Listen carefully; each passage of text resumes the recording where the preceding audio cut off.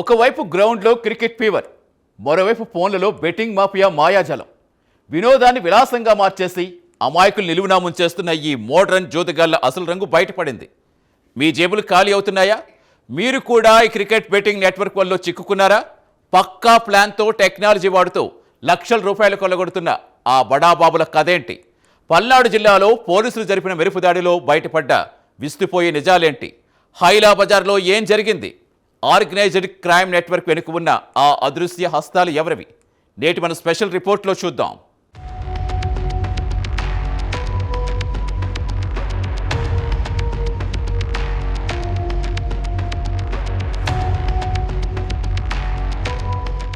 వేసవికాలం వచ్చిందంటే చాలు దేశమంతా ఐపీఎల్ మానియాలో మునిగిపోతుంది. కానీ ఇదే అదునుగా భావించే కొందరు నేరగాళ్లు దీనిని ఒక లాభదాయకమైన బిజినెస్లా మార్చుకుంటున్నారు. క్రికెట్ ఆట మీద ఉన్న పిచ్చిని పెట్టుబడిగా మలుచుకుని కోట్ల రూపాయల జోదుమాడిస్తున్నారు. పల్నాడు జిల్లాలో ప్రస్తుతం ఇదే పరిస్థితి కనిపిస్తోంది. ఒకవైపు ఐపీఎల్ సీజన్ జోరుగా సాగుతుంటే దానికి సమాంతరంగా బెట్టింగ్ మాఫియా తన సామ్రాజ్యాన్ని విస్తరిస్తోంది. అమాయక యువతను టార్గెట్ చేస్తూ అతి తక్కువ సమయంలో కోటీశ్వరులు కావచ్చనే ఆశ చూపిస్తూ ఈ ముఠా రంగంలోకి దిగింది. లక్షల రూపాయల బెట్టింగ్లు నిర్వహిస్తూ సామాన్యుల జీవితాలతో ఆడుకుంటున్న ఈ గ్యాంగ్పై పోలీసులు డేగ కన్ను వేశారు. ఎప్పటికప్పుడు తమ స్థావరాలను మారుస్తూ పోలీసుల కళ్లు గప్పి తిరుగుతున్నటువంటి ఈ ముఠా గుట్టురట్టు చేసేందుకు స్పెషల్ బ్రాంచ్ బృందాలు రంగంలోకి దిగాయి.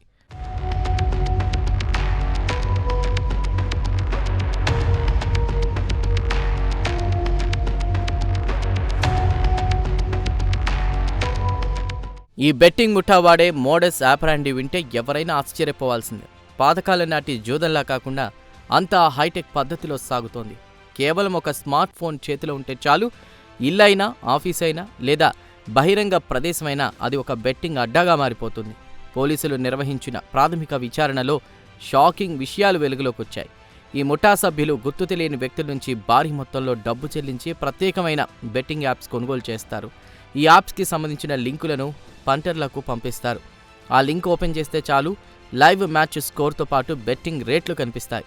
అంతా డిజిటల్ మనీ ట్రాన్సాక్షన్స్ ద్వారానే జరుగుతుంది. ఫోన్పే, గూగుల్ పే వంటి యాప్స్ వాడుతూ సీక్రెట్గా డబ్బులు చేతులు మారుస్తూ ఉంటారు. సెల్ ఫోన్లే బెట్టింగ్ బోర్డులుగా మారిపోయి లక్షలు కోట్లు చేతులు మారుతున్న ఈ దందా ఇప్పుడు పోలీసులకు సవాల్గా మారింది. 2 టౌన్ సిఐ గారికి ప్రభాకర్కి రాబడిన సమాచారం మేరకు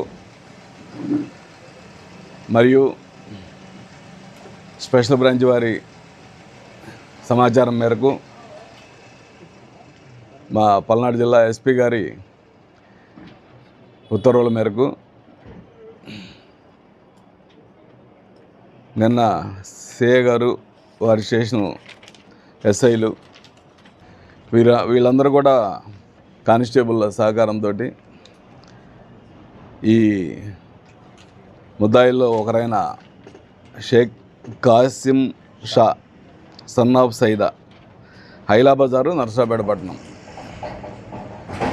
ఇతని ఇంటి వద్ద క్రికెట్ బెట్టింగు, ఈ ఐపీఎల్కి సంబంధించి జరుగుతున్న సమాచారం మేరకు వెళ్ళి రైడ్ చేయడం జరిగింది. అతని ఇంట్లో రైడ్లో ఈ 6 వ్యక్తులు ఉన్నారు. ఇందులో ఈ 6 వ్యక్తులు కూడా ఎవరు బోర్డులు పెట్టేసి సెల్ ఫోన్ల ద్వారా నడిపిస్తూ ఉన్నారు. అయితే బోర్డులు ఇప్పుడు ఎత్తేసి, బోర్డు అంటే ఇంక ఇప్పుడు సెల్ ఫోనే బోర్డు, సెల్ ఫోన్లో యాప్స్ తీసుకుంటున్నారు. ఇప్పుడు ఆ యాప్ ఎవరిస్తారో తెలియదు. వీడికి ఎవడో యాప్ ఇస్తాడు, డబ్బు తీసుకుంటాడు. దాని మీద ఆ యాప్ మీద ఇతను ఫండర్స్కి ఫండ్ తీసుకొని లింక్ ఇస్తూ ఉంటాడు, చెప్తూ ఉంటాడు. అంతా ఈ కాసిం షాతో పాటు షేక్ మస్తాన్ వాలీ అనేటువంటి ఇద్దరు కూడా మసీద్ వెనక బజారు, ఇస్లాంపేట, నర్సాపేట పట్టణం, వీళ్ళిద్దరు మెయిన్ బుకీసు. వీళ్ళ యాప్స్ ఈ కింద చెప్పబడినటువంటి పసుపులేటి నాగరాజు కానీ, సికా చక్రవర్తి కానీ, షేక్ రఫీజాన్ కానీ, పతేలా వెంకటేశ్వరరావు, వీళ్ళందరూ కూడా వాళ్ళ దగ్గర యాప్స్ తీసుకొని ఈ ఫండర్స్ దగ్గర నుంచి ఫండ్ తీసుకొని వీళ్ళ దగ్గర లింక్ తీసుకొని చెప్తూ ఉంటారు అన్నమాట.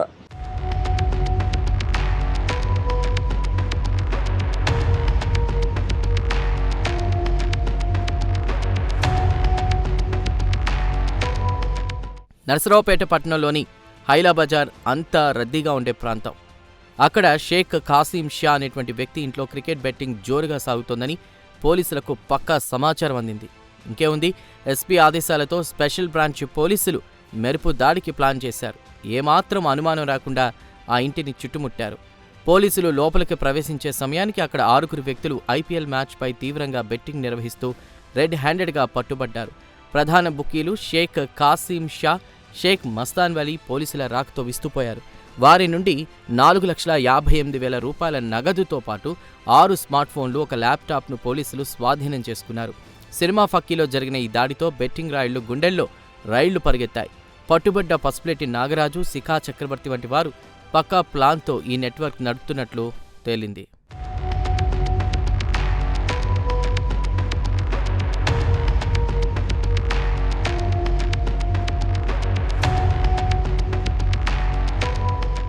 ఈ కేసు ఇక్కడితో ముగిసేది కాదు. పట్టుబడ్డ 6 నిందితులు కేవలం ఈ గొలుసుకట్టు దందాలో చిన్న ముక్కలు మాత్రమే. వీరి వెనుక పెద్ద తిమింగళాలున్నట్లు పోలీసులు గుర్తించారు. విచారణలో ప్రభాకర్ రెడ్డి, బాబుల్ రెడ్డి, కృష్ణారెడ్డి, జానీ వంటి బడా బుకీల పేర్లు బయటకొచ్చాయి.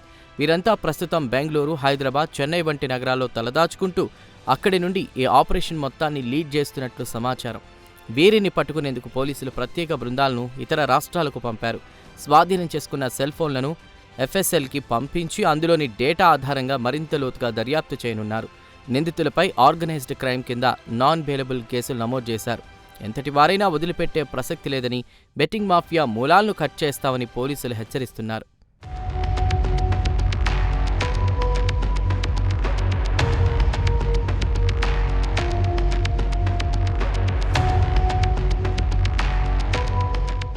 చూసారుగా, సరదాగా మొదలైన క్రికెట్ బెట్టింగ్ ఎలా ప్రాణాల మీదకి వస్తుందో.